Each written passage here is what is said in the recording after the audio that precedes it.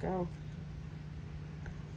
So here we are with coat 2. This time I did mix up a little bit more. I mixed up 60 milliliters, so that's 30 of part A and 30 of part B, because I wanted to get this coat just a little bit thicker.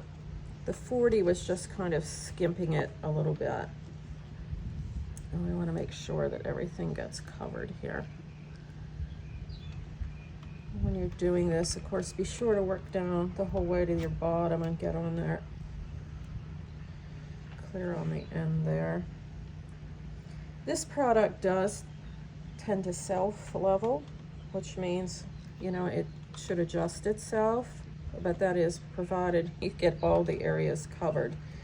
So you want to make sure you get everything up here at the top too. Now, I didn't clean up here at the top. I prefer to do that when I'm all done.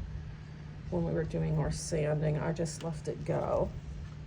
I'm just going to pour all the rest of this on here for good measure.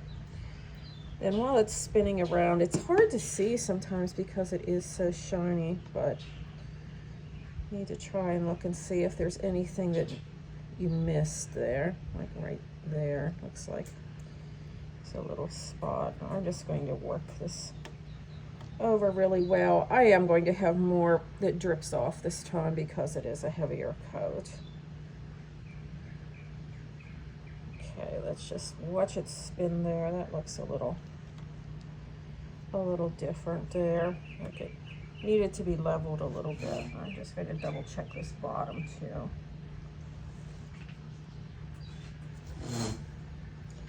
Okay, I think that looks pretty good. Just like there might be something right there in it. You do have to watch for any little flying things like little specks of dust or anything. That's why we cover it up at the end. Okay, I think that's good.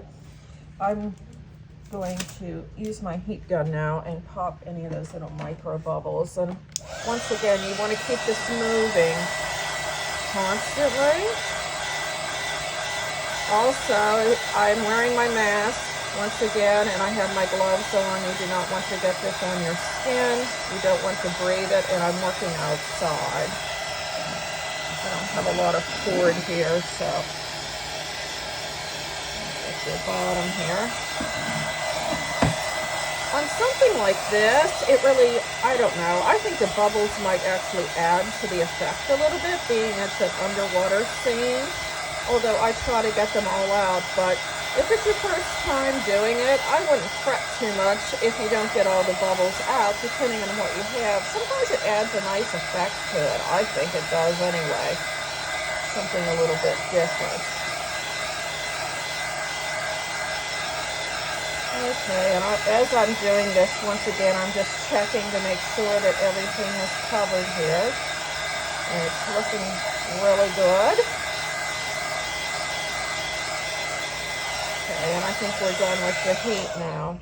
And once again, as I did before, I would advise covering your work up with something, because that's going to take about 4 to 5 hours till it dries to a non-tacky finish. But as I said before, this is a very quick drying product, which is great, but I still would not mess with it doing any kind of sanding or anything for 24 hours. So we're just going to let her spin, and we'll be back in the next section.